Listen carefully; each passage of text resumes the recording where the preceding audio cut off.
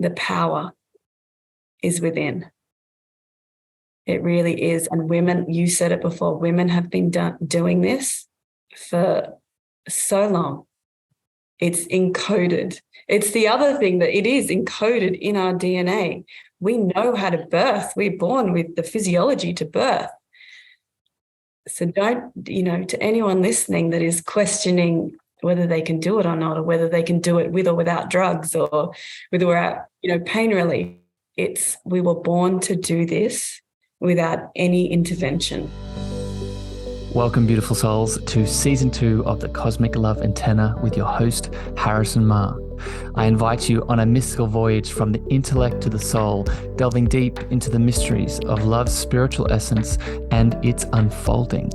This podcast celebrates the peeling back of heart layers, revealing profound lessons, interviews with spiritual seekers, and practices to open your heart to love's infinite wisdom. Good morning, evening, afternoon, beautiful beings. Welcome back to the show, and welcome back to another spiritual, loving, cosmic dance into a topic and theme that I know is going to give you a lot of value and guidance here today. Before I get into all of the goodness of all things spiritual, conscious, and heart-centered birthing, a reminder and a quick foundation here for everyone tuning in either to the podcast or live here today. If this chat hits your heart, which I know it will, please share this out far and wide with a lover, a family member, a friend that you know it can support. How you can build the show is leaving your feedback, your perspectives, your comments over on Spotify and Apple.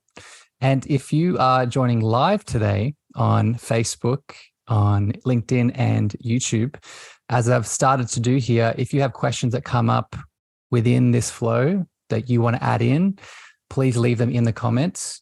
And I'm going to be doing my best to check as we flow. Today, I have the beautiful pleasure of having my divine friend, Lucy Proud, here on the show to talk about spiritual, conscious, and heart-centered birthing. Lucy is a spiritual educator. She is an intuitive soul guide, a loving, empowered woman wisdom leader, and she's a heart-centered soul. Today, we're going to dive into what does it mean to have conscious and spiritual birthing practices? What is the difference between hospital birthing, home birthing, free birthing? I want to discuss with Lucy creating a spiritual landing pad and so much more. Lucy, welcome back to the show, my friend. Thank you, Harrison. It's so beautiful to be here and chatting with you again. Yeah, you say again, Lucy, for people tuning into the show live, I would keep your eyes open on the podcast feed because I've already had a chat with Lucy about all things heart-centered parenting. So we had a beautiful conversation. And I think let's start with this, Lucy. We had a beautiful conversation. And then I landed back in on your Instagram page. And I would highly encourage people to tune into Lucy's socials, which I'll put in the show notes. On her lovely Instagram page, she has a video. It's of Lucy, giving birth in a water birth. And it's very powerful and beautiful in many ways. But I'm wondering, Lucy, if you can speak to the impact that this video has had. Yeah, so, for me, that particular video was my most recent birth number 3. It was a free birth, which I know that we're going to talk about in this conversation. And the remarkable thing is that it's a water birth, obviously at home, where we were living at the time, and unassisted. So just my husband and I, doing our thing. We'd done it 2 times before. So this was, had become very much, woven into the fabric of where we were comfortable with. And not only was it a beautiful water birth, and very much a moment of us empowering ourselves, and very much an initiation of the mother-father codes. But it was my baby came out breech too, which, you know, in I guess the umbrella of explain that, Lucy, for people that, you know, mothers out there, they might know that, but I really want this show today to reach everyone. Absolutely. What does that mean? Yeah. So breech birth is when the baby is round the other way. So it can be bottom first or even feet first. And she was bottom first. And the incredible thing that I guess the video, you know, in itself has inspired is that there's been this general understanding, or something deemed, you know, scary. Scary, that the breech is not normal, that breech is dangerous, that there's complications with breech, and there's only one solution for breech, which is to go to hospital and have a cesarean. And, you know, and that's absolutely fine for people that choose that path. However, the narrative that goes on with majority of mothers is that even if they present as breech, they want to still be able to have a natural physiological birth. Mm. And a lot of them want to be able to do it at home. Mm. And I guess the video went so far and wide, you know, over 1 million views through various people's platforms, because people are starting to wake up and go, wow, this is possible. Because maybe their personal story is, this was my situation and I didn't get to do this. I didn't know. And, you know, the whole arena of birth at the moment. Let me jump in here, Lucy, because this is really, for people tuning in, this is really why I want to have this conversation with Lucy, because, and why I wanted you to start with this story of you explaining this experience. And we're going to break it down a little bit more here, and we're going to talk about water birth and all the things. I feel this is one of the symptoms of a greater awakening that is happening for all of us, right? It's happening in all of our lives. And that now it's seeping in, as your video as the example, it's seeping into the birth world. And it's not just about breech. It's not just about the water birth. It's about, within this theme today, what is conscious, spiritual, heart-centered birthing at large? And this is not an adding of, this is a reminding of that this is always an option. This is always there, right?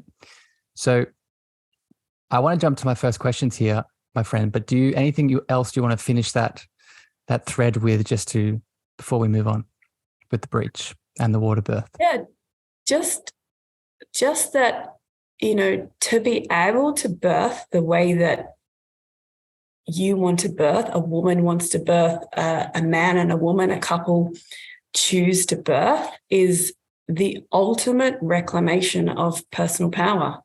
And it's the energy that we need to really have that huge transformation, to go from, you know, maiden or warrior into, you know, boy and girl, into mother, father. And, you know, that energy precedes everything. It's the way we parent moving forward. So it's very important that regardless of the choices that each individual birthing person makes, it needs to be their choice. And in order to do that, we need to know what's possible. Yeah. Hence this podcast, right? It's this spreading out this education, because we truly don't know what we don't know. And if we can have all of the information, and I guess let me be clear before we move on here, Lucy, I know you agree with this. We're never going to know all the things. And I share this because some of the themes we're going to hit on today, it will be easy, especially if you are a parent currently, haven't birthed yet, or you've birthed already, have children. like many other themes in the spiritual path, we can hold on to guilt and shame around past choices that we've made. And that is not what both Lucy and I are here to do. But as an individual, we must also see these pieces and these choices that we've made with the information that we've had, release that guilt and shame, and then within our heart space, make another choice, make a choice that is more aligned with where we're at, right? And that is really a big intention of this show today. Lucy, I think where we can start is, can you give us a quick overview for people that are new to this world? What is the difference? And we can break down aspects of this as we go. What are the main differences between a hospital birth, a home birth, and a free birth? Yeah. So, hospital birth and home birth, the names pretty much speak for themselves. Within the hospital realm, there are many variations. You can be in private, you can be in public, you can have just be under the guidance of an OB, so an obstetrician. That's the medical surgeon in the birthing world. Or you can go down a more organic path within the hospital system, which is to enlist or engage with a midwife. And so there are many options in the hospital realm, and these days we are seeing certain hospitals, especially some hospitals are offering the midwife or the midwifery service, and then encouraging women to birth at home. So they might go into the hospital for all their appointments. Then they have that midwife or a chosen midwife attends their home birth, which is a really, really beautiful option, for a lot of people. One of the things that I find quite difficult is the birthing world is still quite discriminative around, it depends what you can afford. And it depends not just on your awareness of what's available, but, to have a home birth, which is you will have, in the classical sense, you will, engage with a private midwife. And you will have a doula too, right? Doula is optional. Yeah. Doula is optional. Doula is a non-medical support person. So they are trained in more of the energetic, emotional aspects of supporting and empowering a woman to be able to birth in her own way, her own self, and trained on how to sort of nurture a woman even beyond in postpartum and so forth. And to sort of flow in here, I know where you're going next with the free birth, but my understanding and experience with doulas, like Lucy's saying, that energetic support, and we're going to speak about this later, in regards to creating the landing pad for the soul to come in, that energetic support starts to fill in some of the holes that maybe we've overlooked, right? That we've been so focused, right? And just so people are clear, I don't have any children, and it may be in my future. We'll see what happens. But from my understanding of talking to people like Lucy and doing my own research, we spend a lot of time focusing on the physical, which is needed, obviously. But this is another area of our life where we can overlook the necessity of energetic sort of guidance, right? It sounds like, and you can correct me if I'm wrong, Lucy, but that is sort of where the doula comes in to maybe fill any spaces that we've overlooked. Yeah, and I would go as far to say that it is possibly the most important aspect of birthing, because, birth is a natural process. Women are born to do it. Men are born to be able to hold that space. We just need to lean in and find that path that helps us remember. And in my personal experience, it was really helpful for me first time round to learn all about the natural stages of the birthing process and have a little bit of knowledge behind me, so I knew what was going to occur physically during birth.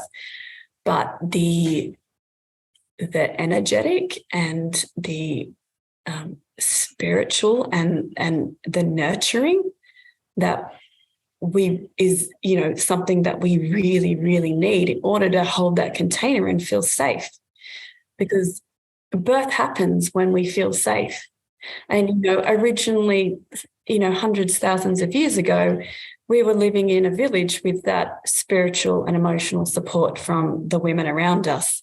And in my own particular story in this lifetime, at the time of my pregnancies and my births, I didn't have women around me.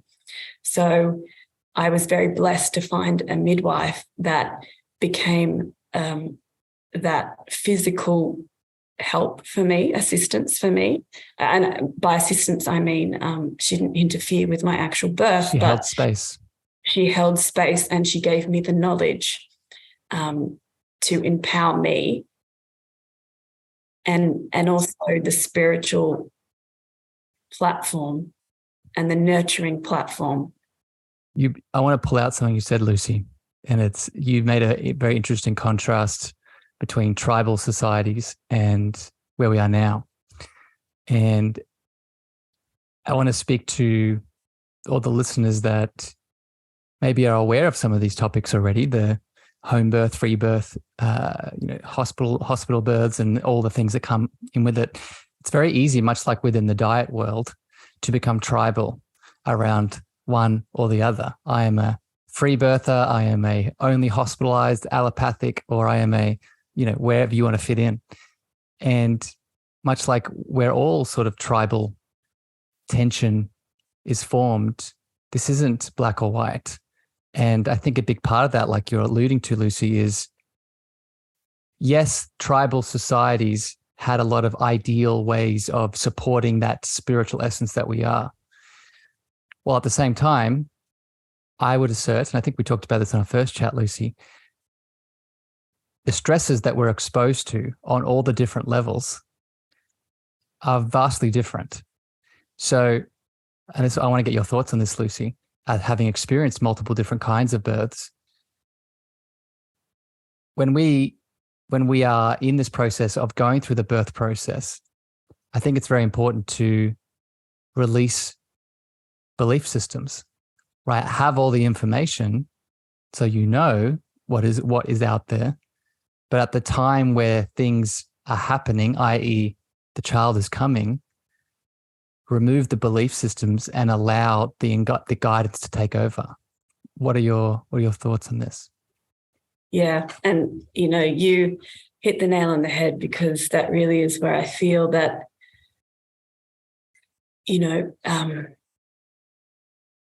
the crux of, birthing is really all about.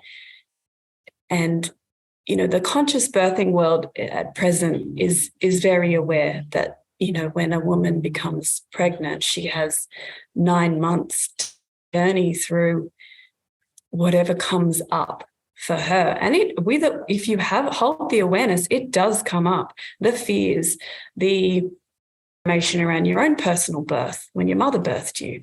And that stuff does come up. So when we learn to pay attention and be aware of all of those things, it really is a beautiful process of 9 months of having an opportunity to transform and release those belief systems, so that by the time we're birthing, we really feel like we are this clear vessel. And, we're not going to clear absolutely everything, and that's not necessarily the aim.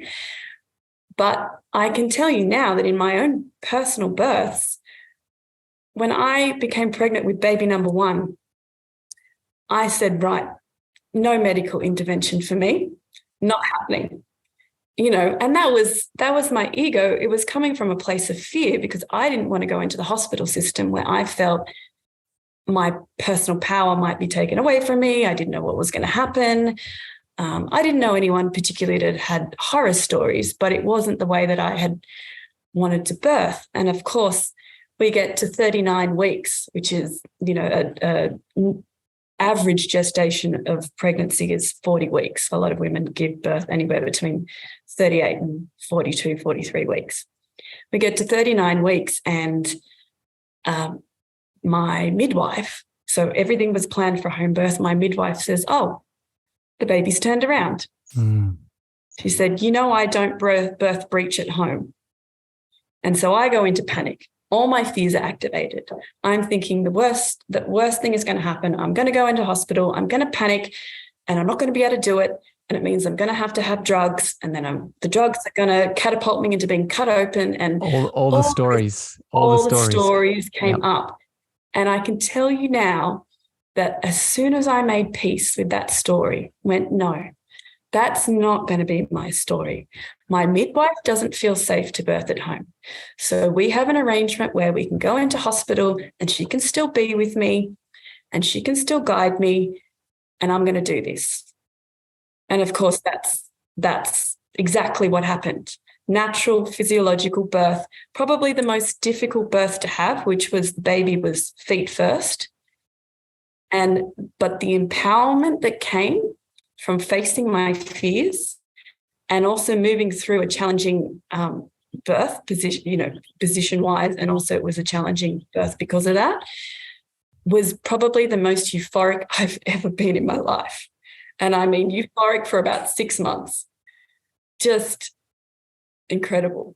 Lucy, I want to thank you for sharing that story, because you shared a little bit of it last time we had a conversation, but it fits perfect within today's foundation of conscious birthing. And I want to really highlight something significant here. It's what can happen when we remove those ego masks, what can happen when we remove those stories and belief systems, right? And this is not just in this birthing conversation, right? This is in all, if you're looking to have a spiritual life at large, one of the things that the ego fights up against most is its own death, right? So that's what you experienced in many ways, is that all of that was coming up. You were breaking out of the belief system, trying to break out, but the ego was holding on. But then when you released it, that wave of, as you said euphoria, I would call it love, same thing. That love moved through you. I want to go back here, and I just want to welcome people popping into the Facebook chat. If you have any questions, beautiful beings, as we go, for either myself or the lovely Lucy, please add it in and we'll bring it up where we can. I want to go back to something you said, and it's this understanding that we could have all the planning in the world, but then the soul comes in, and we will speak more about this later in terms of making the landing pad. But here in this moment, I want you to speak to this, Lucy, the understanding that the baby comes in most cases, especially now in this awakening that we're in, with its own set of karma, right? It comes in with its own story, its own energy to balance, with its own interactions to face. So why I share that is you might have this plan of having this soul move through this particular set of hoops, but that soul might be coming in totally different, planning on some other hoops to move through. So I'm wondering if you can speak to this in your experience, Lucy. Yeah, well, birth itself is really that, opportunity to go into full surrender. That is how natural birth happens and pleasurable birth happens when we fully surrender. So we are given this opportunity to witness not just this radical transformation over 9 months, but then this moment of, this soul and its little earthly body being birthed into this world, and the opportunity to learn how to surrender and come back to the true self, and you initiate those light codes, those mother codes, and you're birthing this incredible being. And, it's never going to look like you think it's going to. And as humans, but especially women, as the mother, we must lead from that place of surrender and flow, because your children are never going to,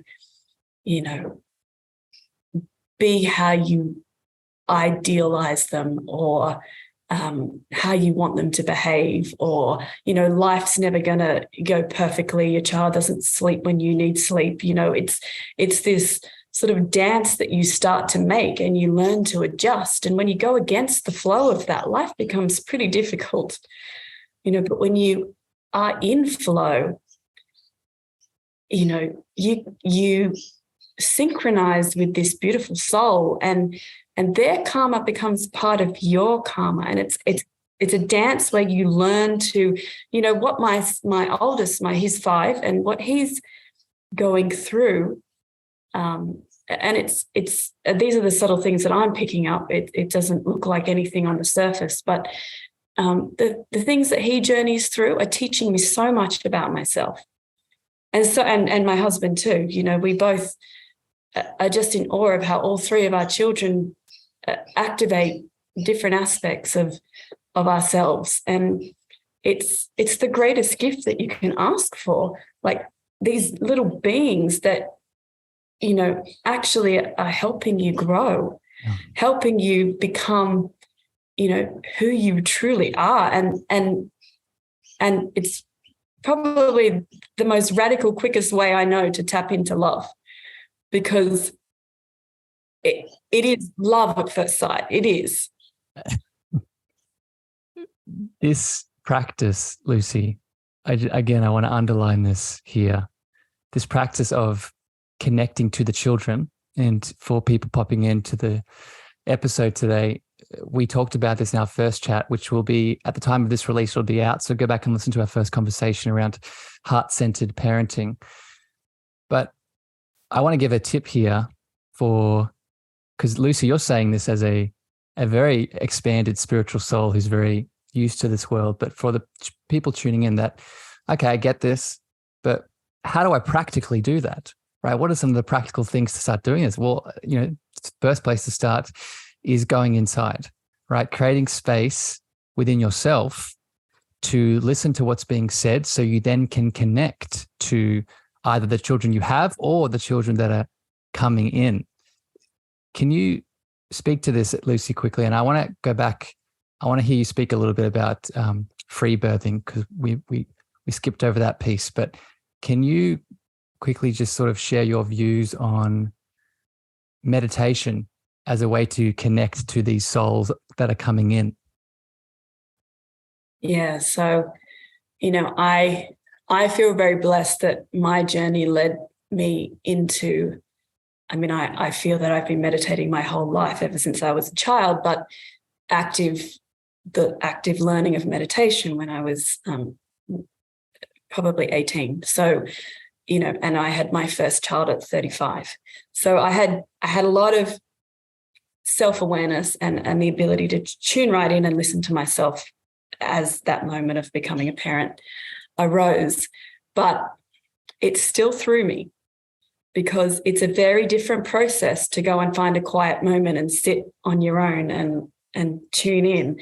You, as parents, we need to develop the ability to be able to be present in the moment and tune in and meet that child where they're at in that moment. And there could be other things going on in the room or in life or in that environment at the time. So what happened to me is I learned very quickly to drop the ideal of, I need to go and find an hour to sit by myself.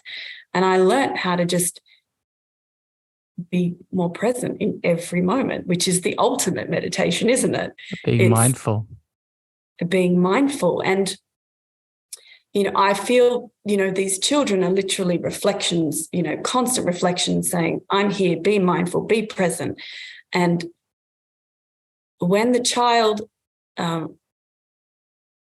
is acting out or having some kind of heightened expression or emotion, it's usually because we're not being present and we're not meeting them where they're at. And it can be as simple as applying things like, getting down to their eye level and really connecting with them every day, multiple times a day. But if that's a new practice for you, make it once a day to really connect with the child, because the child needs to be heard and needs to feel seen. And then that connection is formed. Their emotional needs are met, and they're more willing to connect rather than disconnect from life. And then it makes the whole process a lot easier. But I guess the crux of the work is also doing the work on yourself. So it's being willing to be present within. And that does take discipline, but it's not difficult. It just takes consistent action and a willingness to commit to self every single day. I think a part of that, Lucy, is maybe changing that word, changing it from discipline to devotion, right? I feel devotion because that's what I feel when everything you said there until you said discipline. It's like, oh, that's devotion. I'm devotional to myself. So my innate sensitivities that are already inside me, they come up and out to either connect to the children I already have or to open myself to receive the downloads of the children that are coming in through the birth process, right? So it's always this beautiful love boomerang back into our hearts and then out again, right? Lucy, I want to step back a little bit here and I want to honor Cara in the comments. Cara's just sharing and is resonating with you, Lucy. I've been a stay-at-home mum for 15 years now, and I believe our children choose us, and I meditate with my children and on my own. And I think it's a beautiful example of really what we're talking about here today. Can we go back, Lucy? I want to speak about the landing pad here in a second, creating a landing pad for the soul to come in. But I want to close this thread. So we gave the example of a general hospital birth. A home birth would be obviously out of the hospital with maybe a doula, a midwife, some people holding space. But then a free birth, and correct me if I'm wrong, is the female solo. Is that correct? Yeah, so it can be one or two variations. So you can still have a doula present because they are not medically trained. So they just become a support system. That's what we chose to do because we had moved from our home environment and we were in a completely new area and we didn't know anyone. We knew a few people, but we didn't know anyone that could be a helping hand in the birthing process. So I sought out in this environment, they like to call themselves birth keepers because what they believe is that they're space holders and they're not here to interact with birth. They're not here to be an intervention, intervene in any way. They literally are just space holders and they will help, help clean up and get you a cup of tea and things like that. But, through the process of pregnancy, there just can be a nice, beautiful human being to connect with so that by the time they enter your birthing space, they feel like they're a soul, part of the soul family. And I did feel like that. I have, obviously at the time of this third birth, I had my two sons, my husband and his father, so my father-in-law living with us. And I was like, oh, that's a lot of men. That's a lot of male energy, which is really beautiful because I know stuff's going to get done and I'm going to be taken care of. But I wanted that female presence and she was incredible. And she very much is like, I'm not here to birth. So the free birthing is just woman and birth support person, whether that or birth partner, in the space, and you do everything yourself. you cut the cord, or you have a burning of the cord ceremony, or a lotus birth. There's so many variations within that, but everything is just you birthing your own baby. And it is a lot of women are choosing this path right now because it's so empowering. Yeah. I think, Lucy, it's a remembering, right? I think I spoke about this before when you were speaking about hospital and home births. I think when we awaken, some of us have the illusion that we're awakening to truth that exists outside of us. And a part of it is that. But I think a deeper awareness is in the awakening, it's more of a remembering of things that we've already done before. So if you're a powerful soul that is tuning into this free birth option, I think a part of the reason it feels so empowering is because you've done this before, right? You think about how many thousands of years we've lived in those tribes that we alluded to earlier. These would have been the options, right? These would have been the options. And I don't want to overlook the very real situation in which both mothers and babies did not make it, right? These things did happen. But there was also all the mothers that did, all the mothers that were empowered, all the mothers that did activate. So again, another reason for this chat I wanted to have today with you, Lucy, is to reactivate some of this power that I think most of us are coming back to naturally in many ways. Can I ask, Lucy, here now, I want to talk about the landing pad. And we talked about this briefly in our previous chat.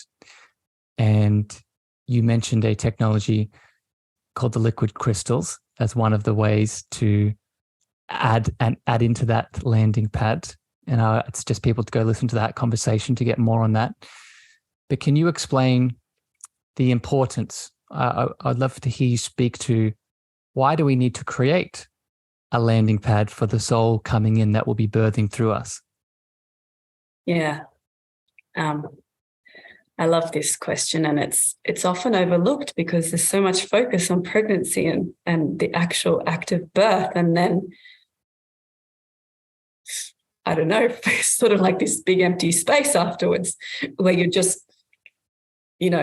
kind of going in that unconscious way. You could go into survival mode and just your nervous system hypes up, and then you're just constantly taking care of this little beautiful being.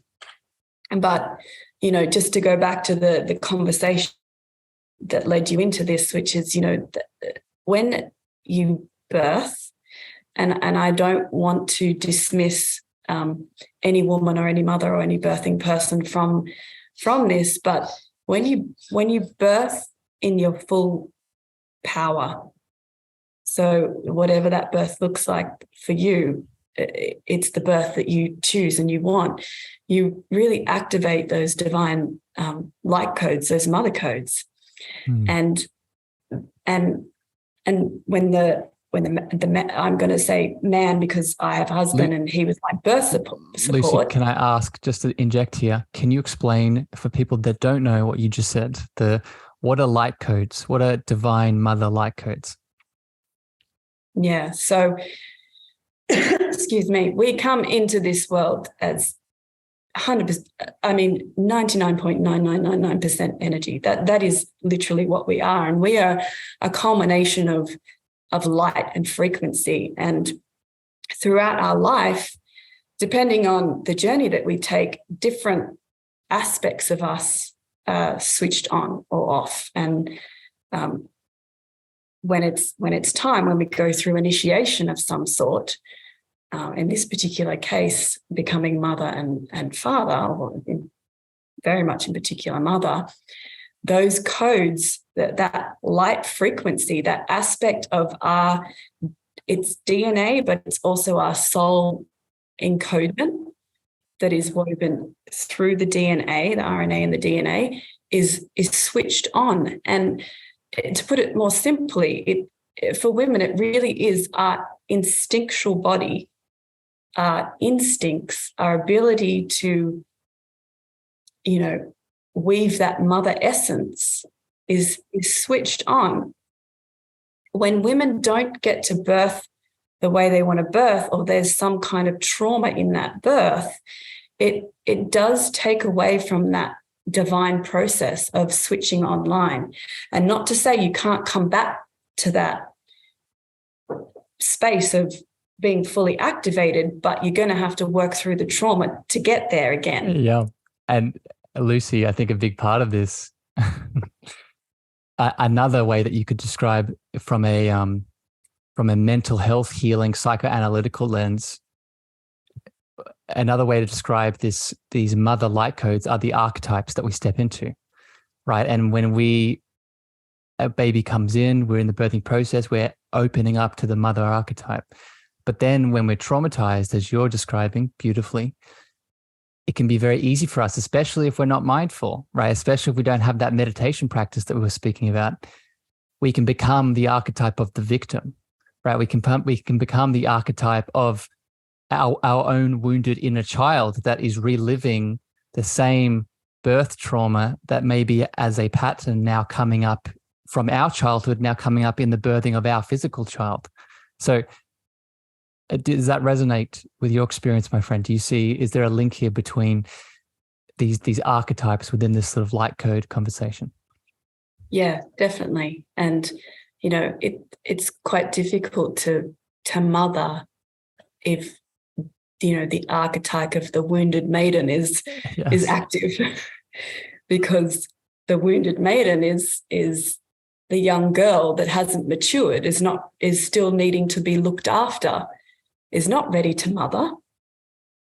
And then suddenly you're given this huge responsibility to care for this divine little being, this soul. And there's the synchronicity of the energy that is needed, to be that mother isn't quite switched online. And, if it doesn't happen in the birthing process, it needs to happen afterwards through the healing. And that's across the board with, as you know, because you speak a lot about it, with any trauma, because when trauma is active in us, we're acting out of various archetypes or archetypical energies, and they become like layers or shadows or filters that we have, that lenses that, that we move through. That we filter through, our divine consciousness through, right? And this brings up a really interesting point that I want to share here. Birthing, and I've heard many people share this experience, and maybe you had this to a degree, my friend. And if you're listening live, you can share this in the comments if you experienced this. But birthing, in some instances, is very psychedelic, right? It's we spoke before about the euphoria that you went through. And what I would question people here to ask is, why is that so, right? What is happening here in many ways when we move through all those masks, those archetypes, those elements that sometimes can take us away? Under all that, much like death, the transition between states is thin. So if your heart is open and you're mindful of the de-identification of the masks and the wounds and the pain, then there's a lot of divine presence coming through, both you, the child, the father, the mother, and everyone involved. Was that your experience, Lucy? Yeah, absolutely. And just to give you an example, obviously my story was a beautiful one, because as I stepped more and more into my power, my births subsequently became much more surrendered and much more euphoric, and to the point where my third birth was very quick and very beautiful. And my second and my third birth were absolute manifestations of my divine vision. And I worked for that through meditation and through, working through layers of trauma. But when she was born, the peace that she had, the tranquility, you could just tell there was no filter. I had not imprinted her with any kind of trauma. She was born into this world as she and I had co-agreed to be born. And, that does imprint, who they are in the world.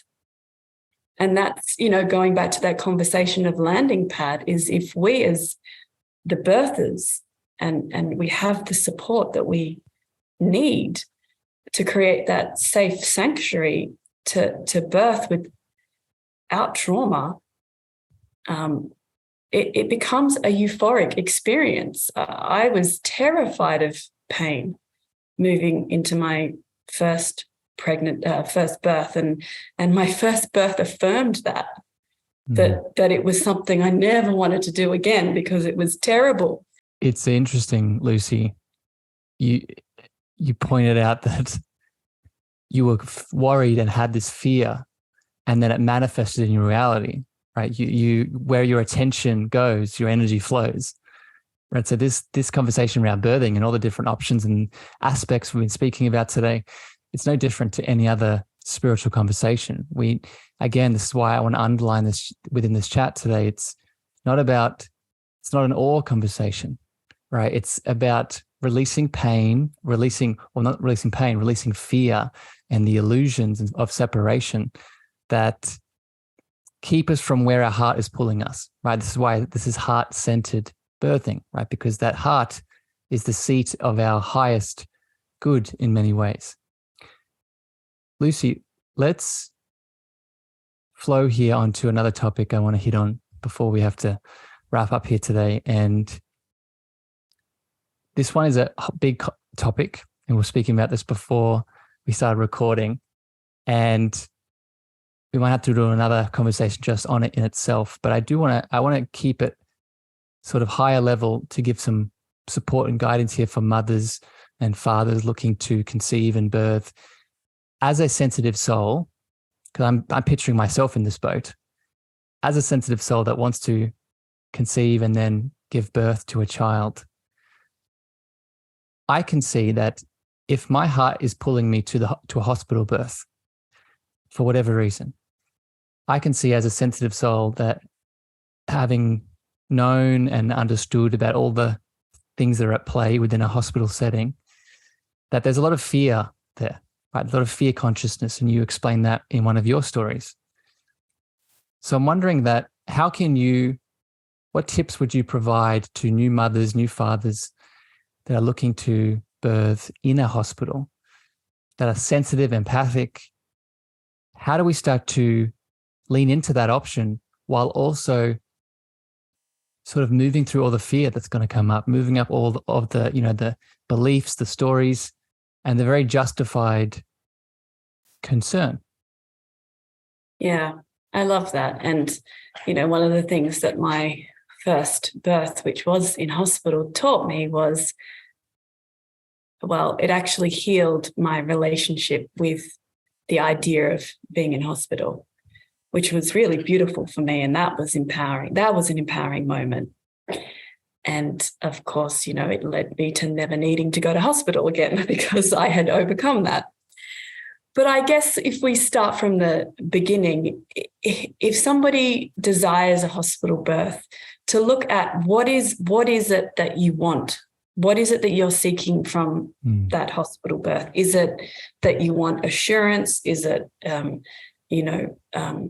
you want, a team of medical support? Why are you feeling more safe in a hospital than at home? Because you can still get a midwife and have that medically trained person in your home with systems in place where, you are taken care of if there's an emergency and you are, you obviously can transfer to hospital. And so there's a lot of systems in place that make home birth very, very safe. So first questioning, I guess, the why. And if the why truly is that you want to go to hospital, but there's fears around it, usually the fears are around having your personal power taken away from you. And it's very important to find people within the hospital system that you feel aligned to. You don't have to love them like your best friend, but it has to feel like a safe space, and they need to respect your wishes, your needs. A lot of suggestions that, tips that I got given by my beautiful midwife that I worked with for the first and second pregnancy is to have all of your boundaries written down, and to the person that is supporting you. So if you are a support person for your whoever is birthing your beautiful child in the future, is that you are that person as a man, or the support person, whether they're man or woman, is the person that holds the boundaries for that woman, because the hospital system is not allowed to do anything that the woman says no to. And I think there's a lot of, I think that's really the fear, the crux of the fear is that, if I go to hospital, I might not get to birth the way I want to birth. I was just saying there needs to be no judgment, and still working on the fears. There's still an opportunity to work and resolve and heal those fears. And one other thing that's really interesting is to also look at your own personal birth stories. So the way that you were birthed into the world, and where is that fear coming from, and what was your mother holding on to at the time? So again, it all comes back to tuning in and making a decision from a place of love. Yeah. And a place of knowing that, all opportunities are on the table when it comes to birth. If you want a free birth, that is possible. If you want a hospital birth in your own terms, that is possible. Yeah. I think that is one of the messages I want to really leave this conversation with. But before we get to that, Lucy, as you're breaking up there, I wanted to add in the emphasis on what you're describing around writing down your boundaries. And I'd really encourage people to look up, we talked about archetypes in this conversation. We talked about the mother archetype and the victim archetype and the wounded, what do you call it? The wounded maiden. Maiden, that's the one. The archetype that we all, myself included, have a dysfunctional relationship with is the imago Dei, or our relationship to higher power, right? Most of us have grown up in dynamics where we have been taught that our higher power is something outside of us, whether that is a man on a cloud, whether that is the government, whether that is our mum, our dad, etc. If that archetype is still active in the unhealthy polarity, then you're going to go into the hospital, and of course that's going to be activated because this polarity wants to be shifted, right? It wants to come back to its natural state of internal balance, internal power. So I just think that practice that you outlined of writing all of the boundaries down and where it can be sort of strengthened and emphasized, I can just imagine it would be very supportive to me, right? And I know all the sensitive souls listening can really appreciate that. Lucy, we're coming to the end of this chat, and we might have to do another conversation because I have checking my questions. I have 10 more questions I wanted to ask you, but we'll do another conversation. I guess where I want you to wrap things up is, as a heart-centered, conscious, spiritual parent that's looking to birth, what's a sort of final message that you can leave either an expecting mother or a father who's supporting the mother to best guide them into the birthing ceremony that's optimal for them? I love that. Oh, just that it's time that we remember that, especially the birthing person, the woman, that we are the experts of our own divine self, of our own body. We know, and I have experienced this, when you drown out the noise and you tap into yourself, your own intuition will guide you to the most divine outcome. It really does.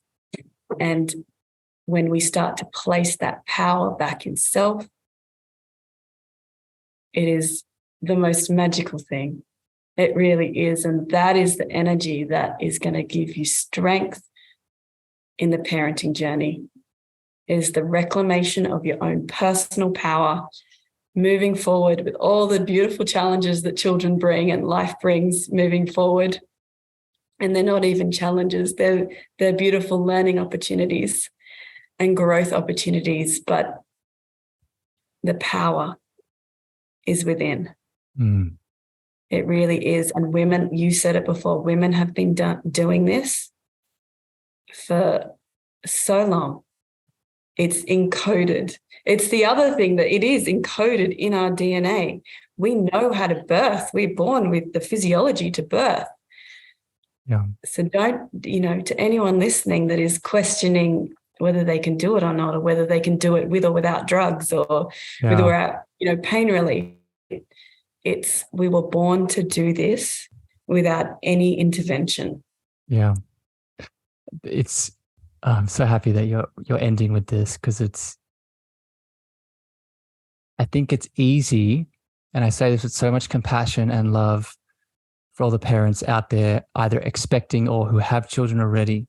It's so easy to look at the birthing process as a sickness, especially within the hospital setting, right? And again, with no judgment if the hospital is for you, but you need to make sure that when you're in that hospital setting, you still hold that truth that, another way of saying this is, I was doing some research yesterday, and this was a message that kept coming through me as I was observing. Right? A mother who's pregnant is not just powerful, like you're saying, but is connected to her divine creation energy, right? Birth is the creation process. It is the space in which we're sort of most supercharged with our divine creation energy. So not only is it natural, not only is it powerful, we spend so much time looking for creativity outside of us, but when we're in the presence of a mother, it's in her field, it's there. So I think it's moving from the sickness under the limiting belief to power, to divinity in many ways, and this pure creation energy that even just as men on the outside or women on the outside looking in, we can pick up on, right? And we can use that for inspiration. Does that resonate, Lucy? Yeah, absolutely. And, with that in mind, there lies the power for us to create the birth that we desire. Yeah. And, we have a conversation around this another time, but because that's what I love helping women with is really honing in on their vision and moving through any limiting belief systems to clear the pathway so that they can create the environment for birthing that they desire. And that's been my experience. I created the time I wanted to birth, the how long my birth was. I'm not saying that people need to do that. I had a lot of surrender in that too. I'm not trying to say that I had a rigid mentality, but I had moved to a place where I was in pure creation mode. And during my pregnancy, I was encoding the information to my child as it was growing that this was the environment, this was going to be the ideal environment for us to birth in. Yeah. And did he or she want to participate? And my births, you know, manifested it. Second and third birth happened down to a T of exactly how I wanted it, based on what was going to make me feel most peaceful at the time. You manifested it from that divine creation energy. And I think this is we are and men are not excluded, but we are powerful beings as humans. And we have this ability to create, and giving birth, the whole process shows us that. Well, lovely, Lucy. It's been a pleasure to have this chat with you again, and this cosmic dance. For all the people tuning in live or listening to the podcast episode, I hope this has brought you value today. I hope this has inspired you. If you're a mother already, a father already, or you're looking to add some more conscious, heartfelt birthing practices to your upcoming delivery, I hope this has given you some insight. Lucy, you alluded to it a second ago, but for people interested, I'm going to put this in the show notes as always, but what are you doing in the world? I know you work with individual souls in this realm. Do you want to share anything for people that want to reach out and connect? Yeah, so at the moment I do one-on-one work with people, not exclusively women, but predominantly women. And, you know, that can be any woman in any stage of their journey. It's not specifically related to birthing, but very much at this time of my life, I've been guided and drawn to working with women who are really looking to activate that inner personal divine power and that creative essence. So, you know, whether they're a young woman looking to birth themselves into the world, or whether they're a woman who's just become pregnant and looking to, you know, move, like I said before, through those layers and really create an environment for a beautiful, fear-free birth, or an empowered birth. I don't want to say fear-free, just, you know, doing the work that's necessary. And then I work with a lot of women just in general, navigating how to move through those different phases of life, especially the mother phase, and navigate and find that space, those spaces of equilibrium and peace and love and harmony within, you know, the scope of our, you know, busy lives. The human messiness that comes in, and all the systems at play that make it difficult. Well, I want to give you love, Lucy. You're a divine being, and I'm sure people tuning in have got to experience that. And I say this a lot on the show, and I just want to add this in here. Whatever it is that's on your heart that you're looking for support around, what I think is most important is not just the tools that the person uses. So whether it be, you know, something spiritual, something psychoanalytical, something, you know, physical, these are all important. But what's more important is the frequency of love that the soul channels through those tools. And I think we've all got to experience that divine frequency that Lucy is today, that she channels through this parenting and birthing lens. So, Lucy, thank you for joining me. Thank you for the cosmic dance, as always. For people, you're welcome, Lucy. For people tuning in on live on Facebook, YouTube, and LinkedIn, thank you for joining us. If you have comments, leave them in the chat. For people listening on the podcast, please share this out if it brought you value. But until next time, we love you unconditionally. We send you light, we send you love, and we'll talk again soon. Bye, everyone. Thank you for listening to the Cosmic Love Antenna with me, your host, Harrison. If you gained value or this episode hit your heart, please remember to share this out with a friend, a family member, or a lover. You can also leave your love over on Apple reviews and Spotify star feedback, and this helps me spread my frequency to more souls in need. Finally, if you want to connect with me deeper, want to reach out, interested in coaching, please follow me on Facebook, Instagram, TikTok, and LinkedIn at Harrison Meagher, spelled Meagher. Sending you so much love.